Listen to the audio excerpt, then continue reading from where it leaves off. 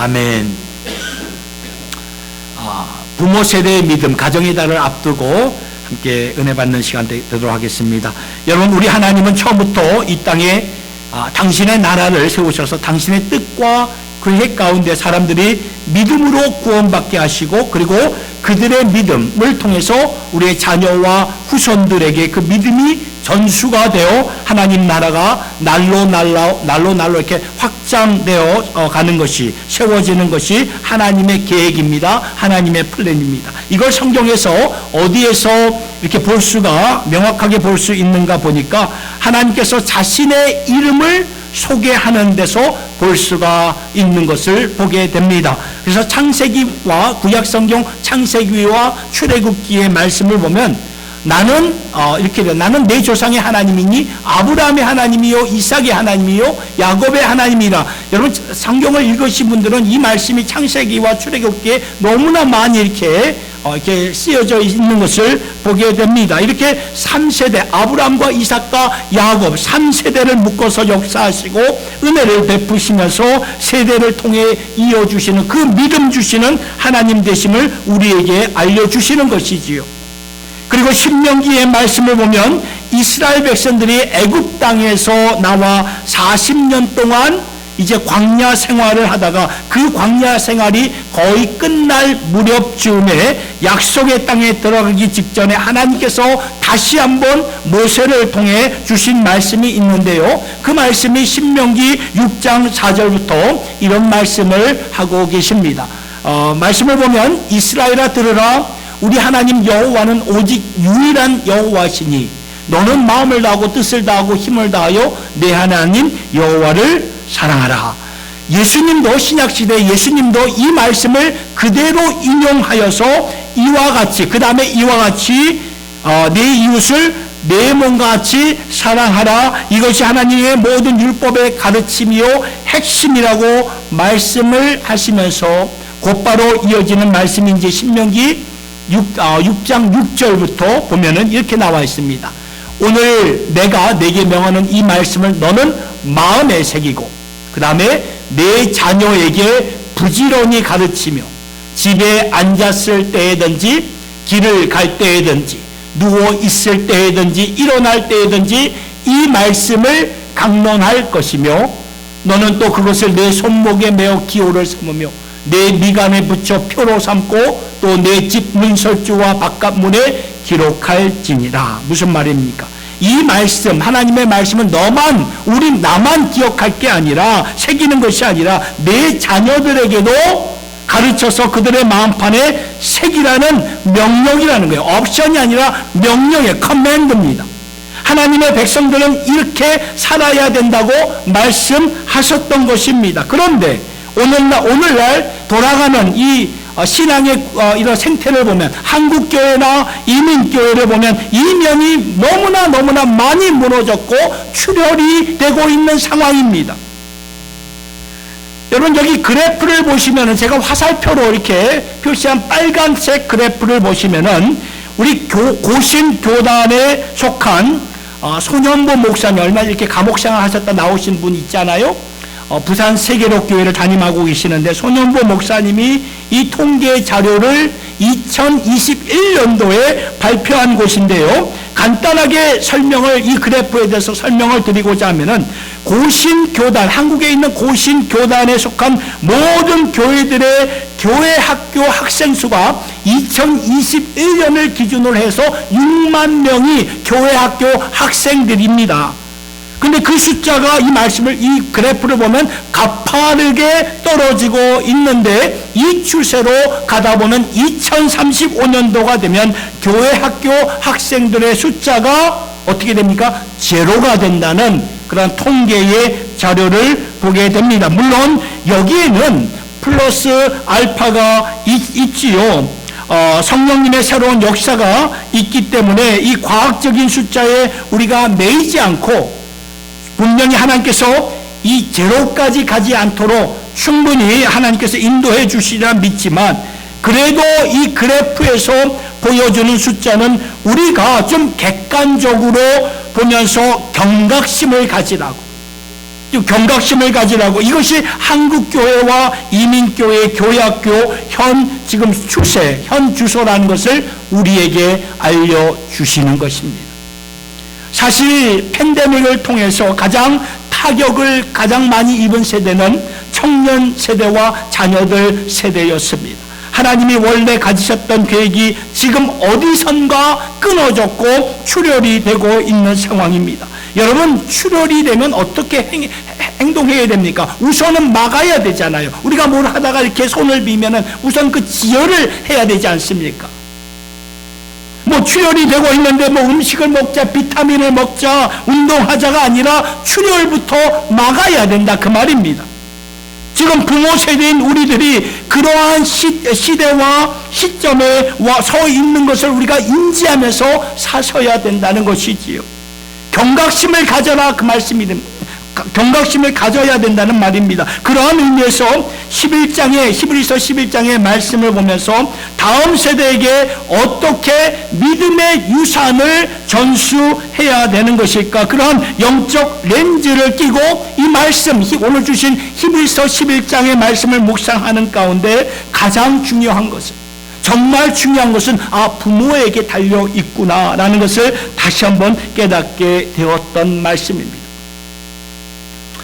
그러니까 믿음의 선진들도 그렇고 부모의 믿음, 조부모의 믿음을 따라서 이 믿음이 전수되는 것인데, 따라서 부모된 우리는 하나님이 주시는 이 경각심을 가지고 본문에서 나오는 믿음의 사람 노아와 아브라함의 믿음을 살펴보기를 원하는 바입니다. 먼저 노아의 믿음을 살펴보면은 본문 7절에 노아의 믿음에 대해서 하이라이트를 해주고 있는데요. 11장 7절을 보니까 믿음으로 노아는 아직 보이지 않는 일에 경고하심을 받아 하나님을 경외함으로 방주를 준비하여 그 집을 구원하였다. 제일 끝 문장에 그 집을 구원하였다. 집을 구원하였다는 것은 뭐를 말하는 것입니까? 가족과 자녀들을 구원했다는 그 말이 아닙니까? 노아가 자신의 믿음을 가지고 하나님 말씀에 순종하면서 그 믿음으로 말미암아 자신뿐만 아니라 그 가족 자녀들과 함께 구원을 받게 되었다고 말씀은 증거하는 것이에요. 그래서 오늘 우리가 이 말씀을 좀 깊이 상고해 보아야 되는 거예요. 노아는 어떠한 믿음을 가졌길래 자녀들이 우리도 부모 믿음 따라 살겠노라 하면서 그 마음을 가졌던 것일까요? 여러분, 노아가 살았던 시대는요, 우리가 지금 살고 있는 이 시대보다 믿음을 갖기가 더 힘든 시대라는 것을 말씀을 읽으면 알게 돼요. 우리 자녀들을 보면은 믿음 갖기가 참 어렵다고 말하지만, 노아 시대는 하나님이 성경에서 뭐라고 말씀하시는가 보니까 온 세상이 죄악으로 가득 차 있다. 온 세상이 악으로 가득 차 있다. 왜냐하면 인간들이 하나님을 완전히 등지고 살았기 때문이지요. 그런데 성경을 보니까 노아만큼은 자녀들과 함께 믿음으로 살았다고 말씀은 증거합니다. 이 말은 노아의 자녀들이 아버지의 믿음을 붙잡고 살았다, 그 말이에요. 그러니까 노아의 믿음은 진짜구나, 이 믿음이. 그렇다면 노아의 믿음은 어떠한 믿음이었을까? 첫째, 이것입니다. 노아의 믿음은 하나님을 경외하는 믿음이었다는 것을 우리가 마음판에 새겨야 됩니다. 이게 명확하게 주시는 메시지예요. 하나님을 경외하는 믿음. 7절에 보면은 믿음으로 노아는 아직 보이지 않는 일에 경고하심을 받아 경외함으로 방주를 준비하여 그 집을 구원하였습니다. 그러니까 그 집이 구원을 받게 되었는데 어떻게? 하나님을 경외함으로. 여러분, 경외가 무슨 뜻입니까? 경외한다, 하나님을 경외한다, 무슨 뜻입니까? 사람보다 하나님을 더 두려워한다는 말이죠. 세상보다 하나님의 뜻에 더 무게를 두고 살아간다는 뜻이지요. 사람의 의견보다, 세상의 풍조보다 하나님 말씀에 더 귀를 기울이고 무게를 두고 사는 것이 바로 하나님을 경외하는 삶의 모습이다, 그 말이에요. 성경의 노아의 스토리가 창세기 6장부터 이렇게 쫙 이렇게 열거가 되고 있는데요. 그때 하나님께서 오죽했으면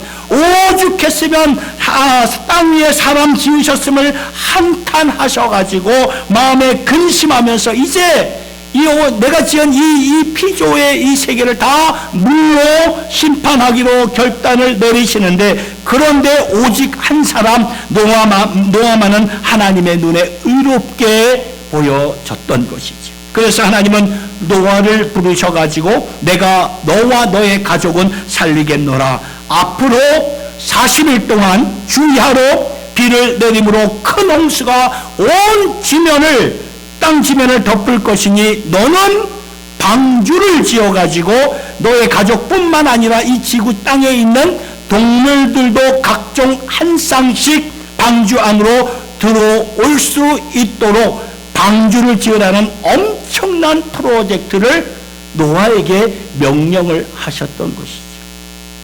그러면 큰 방주를 짓는데 얼마나 걸리겠는가? 이제 보니까 이 방주인데요. 이 방주를 짓는데 계산을 한다는 것이 꽤 복잡을 하겠지만 어느 정도는 알 수가 있습니다. 성경학자들에 의하면은 이 엄청난 큰 방주를 짓는데 오래 걸리면 90년에서 95년 정도 걸리고, 좀 짧게 걸리면 70년에서 75년이 걸린다고 말을 합니다. 여러분, 우리나라 말에 10년이 지나면 강산도 산과 바다도 이렇게 바뀐다라는 말이 있지 않습니까? 이게 70년에서 75년 이 방주를 짓는 이러한 세월이라면 강산이 7번 이상 좋게 바뀌는 그런 긴 세월이 아닙니까? 그 긴 세월 동안 방주를 지으면서 사람들의 조롱과 비방하는 소리는 이로 말할 수가 없었을 것이에요. 노아 저 친구 뭐하는 것이신가? 수십 년이 지나서도 하늘에서 비는커녕 아무 일도 일어나지 않는데 저렇게 큰 배를 만들자. 저 미쳐도 단단히 미쳤구나.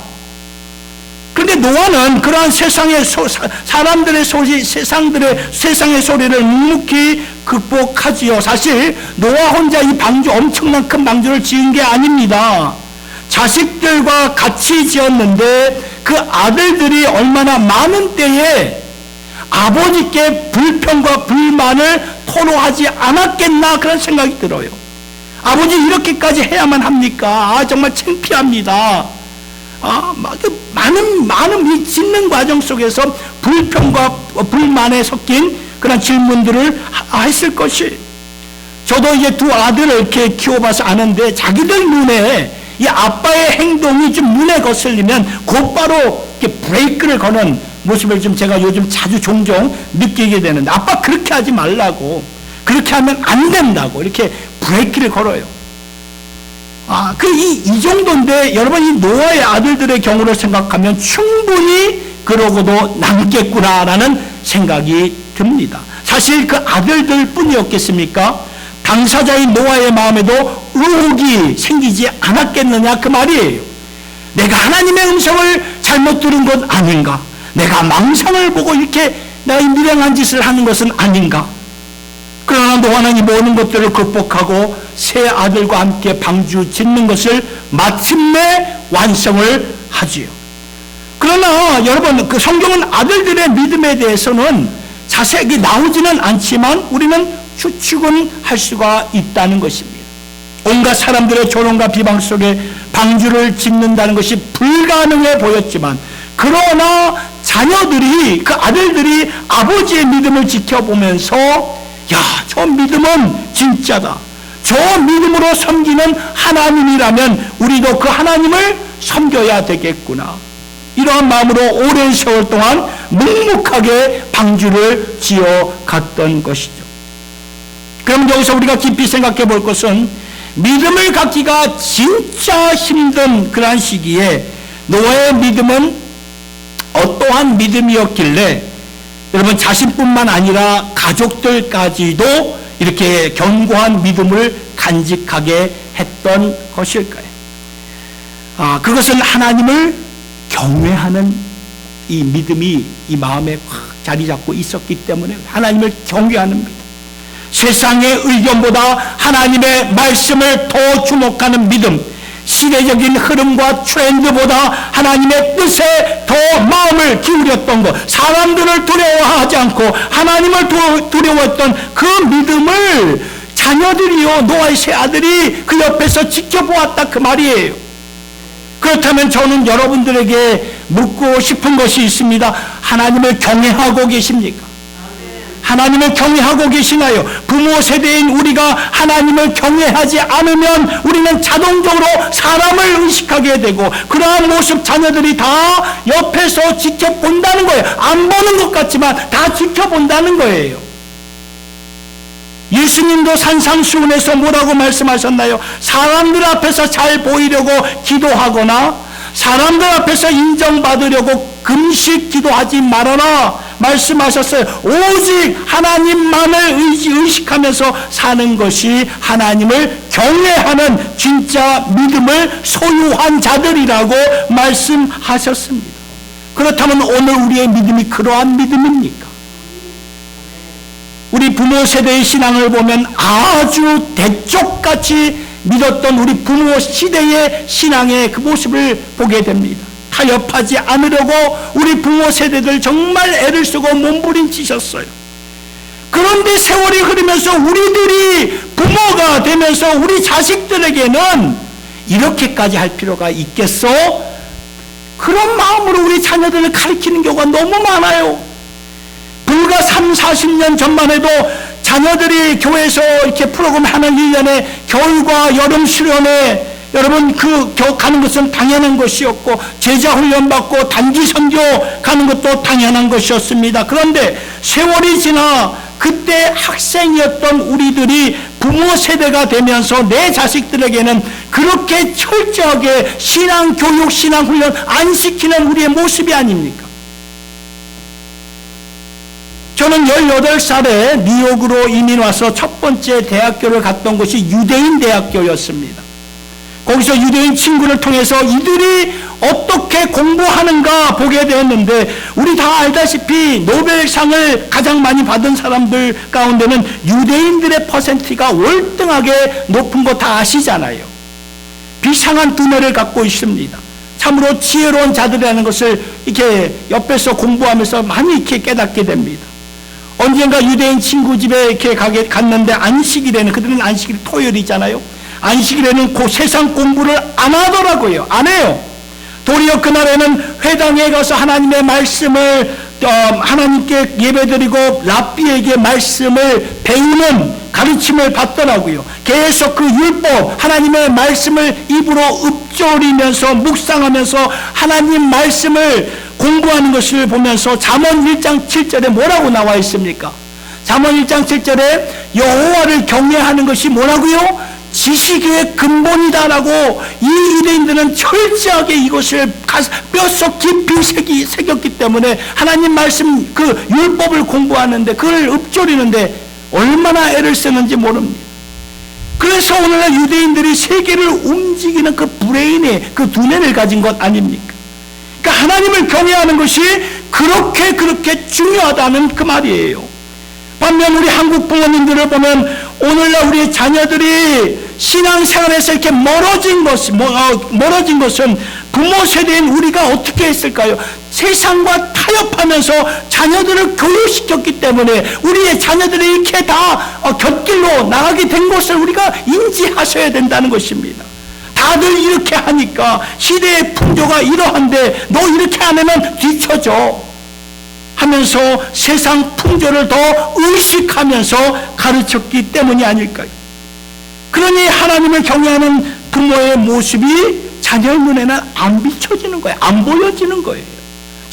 부모가 안 보여지는데 어떻게 자녀가 그 하나님을 경외하는 법을 알 수가 있겠느냐, 그 말이에요. 언제가 청년 사역을 하는 목회자에게 들은 말입니다. 오늘 신천지를 비롯한 이단 모임에 가보면은 이단에 모인 사람들 중에 청년들의 비중이, 학생들과 청년들의 비중이 70% 이상이라고 합니다. 그런데 이들이 거의 다 기존 교회에서 자란 학생들인데, 그래서 그 사역을 감당하는 목사님이 그들에게 물었다고 합니다. 너희들 교회에서 이렇게 쭉 자랐는데 수련회도 참석하고 나름대로 믿음 생활했는데 너 왜 이렇게 지금 이단 종교에 빠져 있니? 그 목사님을 통해서 저도 이제 들은 얘기지만 그들의 대답이 무엇인지 아십니까? 저는 그들의 그 청년과 학생들의 대답을 목사님을 통해서 듣고 전혀 예상치 못한 그러한 말을 듣고는 정말 망치로 뒤통수를 한 대 맞는 그러한 느낌이었어요. 이게 정말 사실인가? 그들의 대답이 뭔지 아십니까? 우리는 부모님과 함께 교회를 다녔지만 부모님에게서 인생을 걸 만한 신앙을 찾지 못했습니다. 그 말이에요. 우리는 교회를 다녔지, 부모님과 함께 교회를 갔지만 부모님에게서 인생을 걸 만한 신앙을 찾지 못했다. 그 말이에요. 그러니까 부모의 가치관이나 인생관이나 돈에 대한 가치관이나 인생의 우선순위를 보면서 내 인생을 걸 만한 신앙을 부모에게서 찾지 못했다고 하는데, 그래서 여기 이단 종교에서 찾았다. 그 말이에요. 솔직히 저들이 다른 면에서 유혹이 되어가지고 이단 종교로 이렇게 빠진 줄 알았거든요. 그런데 부모의 신앙을 보면서 실망하면서 그쪽으로 빠졌다는 그런 말을 들으면서 얼마나 제가 충격을 받았는지 모릅니다. 여러분, 오늘날 이단 종교가 어떻게 우리의 자녀들을 유혹하는지 아십니까? 취업이나 대인관계 등으로 고민하는 학생들에게 정서적으로 유대감을 제공합니다. 삶의 고민을 들어주고 의지하게 만들어줍니다. 그리고 계시록에, 요한계시록에 나오는 14만 4천 명의 이 숫자의 종교적인 성취감과 특별한 존재감을 그들에게 심겨주니까 학생들이, 이 청년들이 이단으로 그냥 홀라당 이렇게 빠지는 거예요. 그쪽으로 그냥 넘어가는 거예요. 그러니까 부모의 신앙이 그렇게 중요하다는 것을 오늘 말씀에서 우리가 다시 한번 깨닫고 우리가 다시 이렇게 새롭게 이제 바뀌어져야 되는 것을 오늘 말씀을 우리에게 증거하는 것입니다. 노아의 경우 자녀들이 무엇을 보았는가 하면은 그 어마어마한 방주를 짓는 과정에서 불평도 생기고 어렵고 힘들고 꼭 이렇게 우리가 살아야만 되는가, 불만이 얼마나 많았겠습니까? 그러니 결국에는 아버지를 존경하더라고요. 결국에는 아버지의 믿음을 존경하더라고요. 저렇게 우리 아버지가 자신의 인생을 걸고 따르는 하나님이라면 우리도 그 하나님을 믿어야 되겠구나. 수십 년 동안 변치 않는 저 믿음 가운데 아버지가 저렇게 한 길을 걷고 계신다면 우리 또한 저 믿음을 갖고 아버지가 섬기는 하나님을 경외하면서 살아야 되겠구나. 이렇게 자녀들이 바른 신앙관으로 변한다. 그 말이에요. 아버지의 믿음을 보면서. 여러분, 노아의 믿음은 하나님을 경외하는 믿음이었다는 것을 꼭 우리가 새기면서 하나님을 더 두려워하고 하나님 말씀에 더 무게를 두고 세상의 의견보다는 하나님의 뜻에 더 가슴을 들이며 삶을 드리는 믿음이었는데, 오늘 우리 모두요 이러한 노아와 같은 믿음으로 살 수 있기를 예수님의 이름으로 축복합니다. 두 번째로는 아브라함의 믿음을 보고 마치도록 하겠는데, 아브라함의 믿음은 어떠한 믿음이었습니까? 하나님을 절대 신뢰하는 믿음이었다. 그 말이에요. 성경은 아브라함에 대해 뭐라고 말씀하고, 오늘 본문 9절을 보니까 이렇게 나와 있습니다. 믿음으로 그가 이방의 땅에 있는 것 같이, 아브라함이죠, 같이 약속의 땅에 거류하여 동일한 약속을 유업으로 함께 받은 이삭 및 야곱과 더불어 장막에 거하였다. 그러니까 아브라함은 오늘날 이 빌리 그레함 목사님이나 저런 많은 사람들을 주께로 인도하거나 영적 각성을 일으킨 그러한 자는 아니었습니다. 그런데 아브라함에게는 한 가지가 확실했어요. 그것은 자식을 믿음의 자녀로 확실하게 인도했다는 거예요.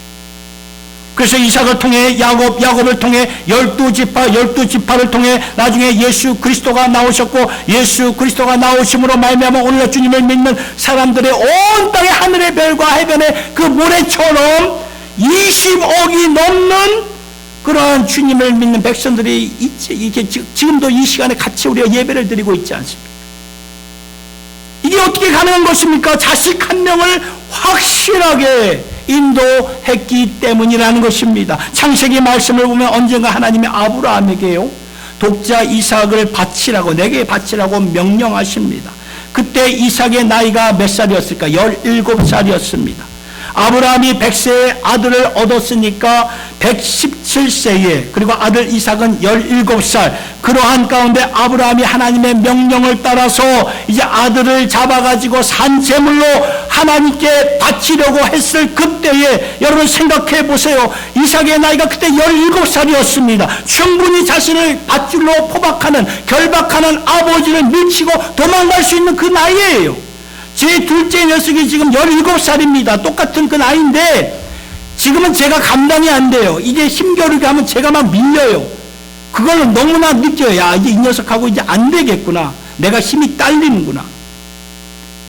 그러니까 이삭도 자신의 힘으로 충분히 아버지의 그 상황, 아버지의 그 손을 뿌리치고 나올 수가 있었는데 그렇게 하지 않고 그 상황 속에서 가만히 있었다는 것입니다. 가만히 있었다. 묵묵히 있었다. 여러분 이 장면을 좀 깊이 생각해 보셔야 돼요. 이 장면이 과연 우리를 무엇을 교훈하고 있는 말씀일까요?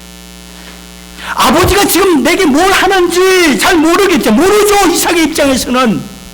한 가지 분명한 깨달음은 내 아버지가 믿는 하나님 나도 믿으리라. 내 아버지가 하나님의 음성을 듣고 따르는 일을 하면 다 내가 이해하지 못할지라도 아버지가 믿는 하나님은 내가 따르리라. 이걸 말해주는 거예요. 가만히 있었다. 이삭이 가만히 있었다는 것을 이걸 말해주는 거예요. 그러니까 아브라함의 삶을 보면 그의 믿음을 통해서 자식을 확실한 믿음의 바탕 위에 세워놓았구나. 그렇다면 아브라함의 무엇으로 말미암아 이삭은 아버지와 같은 믿음을 가진 자로 이렇게 우뚝 서 있었던 것일까요? 아브라함의 믿음을 보면 하나님을 절대적으로 신뢰하는 자였던 것입니다. 그래서 성경은 아브라함에 대해서 오늘 8절에 뭐라 말합니까? 믿음으로 아브라함은 부르심을 받았을 때 순종하여 장래 유업으로 받을 땅에 나아갈 때 갈 바를 알지 못하고 나갔다. 창세기 12장의 말씀을 보면 하나님께서 아브라함을 부르셨을 때 내 본토 친척 아비 집을 떠나라. 내 본토 친척 아비 집을 떠나라 명령하셨어요. 이것이 하나님의 부르심이었어요. 여러분 그 당시 고대 시대에는요, 본토 친척 아비 집을 떠난다는 것은요, 나의 안전지대 그 자체를 떠난다는 그 말과 똑같은 거예요. 안전지대를 떠나는 거예요. 내가 의지할 수 있는 모든 요소, 내가 도움을 요청할 수 있는 모든 사람, 나의 끈과 빽이 다 여기에 있고 내 앞길을 다 펼쳐갈 수 있는 길이 다 여기에 있는데, 그게 본토 친척 아비의 집이었는데, 그런데 하나님이 그곳을 떠나라고 명령을 하셨던 거예요. 그래야 새로운 기업을 너에게 주겠노라. 이때 아브라함이 어떠한 결정을 내립니까? 성경을 보니까 그는 하나님 말씀대로 본토 친척 아비 집을 떠났어요. 근데 더 황당한 건 뭔지 아십니까? 하나님이 어디로 가야 되는지 구체적으로 말씀하지 않으셨고 그냥 떠나라. 내 본토 친척 아비 집을 떠나라. 그러니 어디로 가야 될지 갈 바를 알지 못했지만 아브라함은 하나님의 음성을 듣고 믿음으로 떠났다는 것입니다. 이게 어떻게 가능할까? 우리는 세상에서 출세하기 위해, 잘 살기 위해 나의 안전지대를 벗어난다는 것은 생각조차 안 하죠. 왜요? 너무나 힘들고 어렵기 때문에. 이곳에 나의 모든 자원이 있고 나를 도울 수 있는 사람들이 있고 모든 끈과 빽이 있는 곳에 어떻게 이걸 다 내려놓고 쉽게 떠날 수가 있겠느냐 그 말이에요. 그것도 갈 바를 알지 못하는데. 그런데 아브라함은 자신과 자신의 온 집안의 인생을 걸고 하나님 말씀을 따라 순종했다 그 말이에요. 순종했다. 이게 어떻게 가능합니까? 하나님을 절대적으로 신뢰하니까 이게 가능한 거예요. 하나님을 부분적으로 신뢰하면 이게 가능하지 않은데 절대적으로 100% 순종하니까 가능한 거예요. 하나님의 절대 선하심을 믿기 때문에. 신뢰하지 못하면 할 수가 없는 거죠. 그러니까 아브라함의 믿음은 하나님을 절대 신뢰하는 믿음이었습니다. 그리고 그 다음 구절을 한번 볼까요? 구절을 보면은 믿음으로 그가 아브라함이 이방 땅에 있는 것 같이 약속의 땅에 거류하였다. 그러니까 언젠가 이 말씀을 좀 묵상하는데 앞뒤가 좀 바뀌어진 것 같다는 생각이, 이방의 땅, 약속의 땅, 이게 지금 이 문장상에서 좀 바뀌어진 것 같다는 생각을 하게 되었습니다. 보세요. 여기 나와 있는 말씀을 보면 아브라함이 믿음으로 이방 땅에 있는 것 같이 약속의 땅에 거류했다. 그러나 현실은 지금 아브라함은 이방 땅에 있는 거예요. 현실은 지금 이방 땅에 있는 것입니다. 그러니까 자신의 땅이 아니었습니다. 그래서 아브라함의 스토리를 보면 죽을 때까지 자기 집 한 채 없고요, 장막에서 텐트로 살았던 삶이었습니다. 자기 땅이 하나도 없기 때문에 이게 현실이었습니다. 현실 그대로를 말하면 아브라함이 이거예요, 약속의 땅에 있는 것 같이 이방 땅에 거류하여, 이렇게 쓰는 게 맞는 거로 저는 생각이 들어요. 근데 이게 거꾸로 되어 있잖아요. 바뀌어져 있잖아요. 이게 믿음으로 아브라함이 이방 땅에 있는 것 같이 약속의 땅에 거류하여. 저는 이 말씀을 보면서 이게 뭐지? 묵상하는 가운데 이게 바로 아브라함의 믿음이었구나. 이게 바로 아브라함의 믿음이었구나. 그러니까 현실은 내가 지금 이방 땅에서 말씀에 순종하여 해서 여기까지 왔는데, 그런데 일평생 죽을 때까지 자신과 자신의 아들 이삭과 손주 야곱까지도 텐트를 치면서 자기 땅 없이 살았다, 그 말입니다.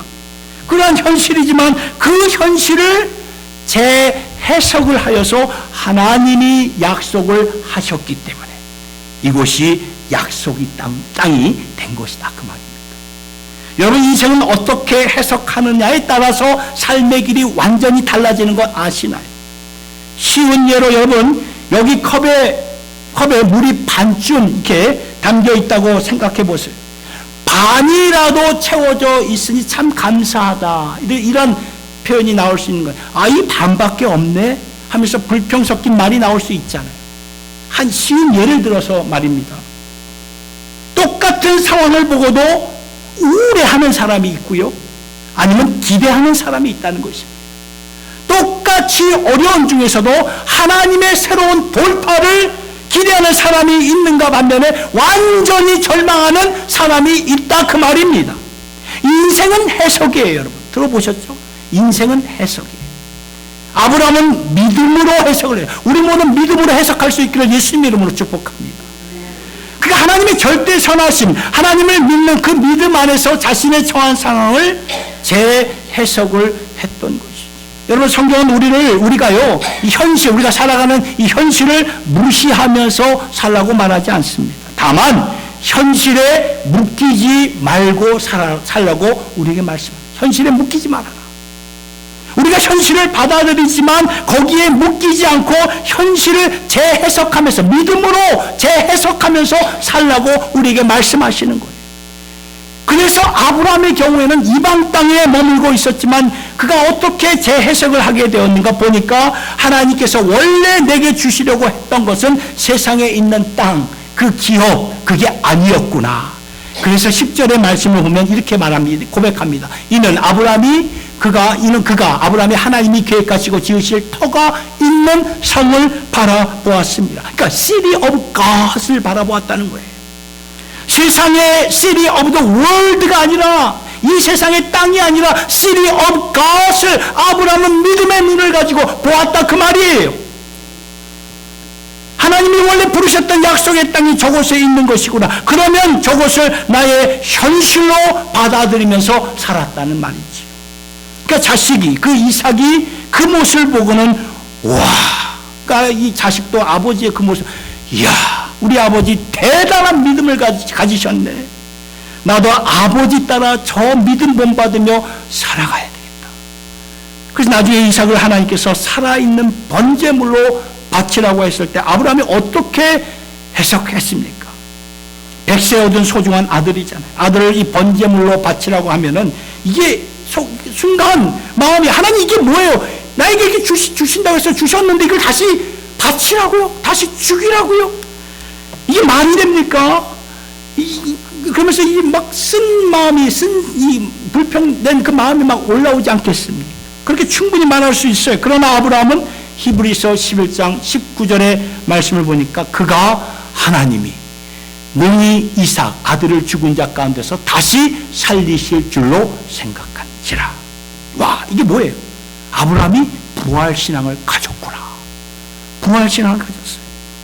오늘 우리도 부활신앙을 충분히 가질 수 있어요. 왜냐하면 2000년 전에 예수님께서 죽으시고 부활하셨기 때문에 그 믿음을 보고 우리가 그 부활신앙을 가질 수 있습니다. 그렇기 때문에 우리에게 부활신앙은 그렇게 어렵고 받아들이기 힘든 상황이 아닌데요. 근데 이 구약시대, 지금 아브라함 시대는 구약시대 아닙니까?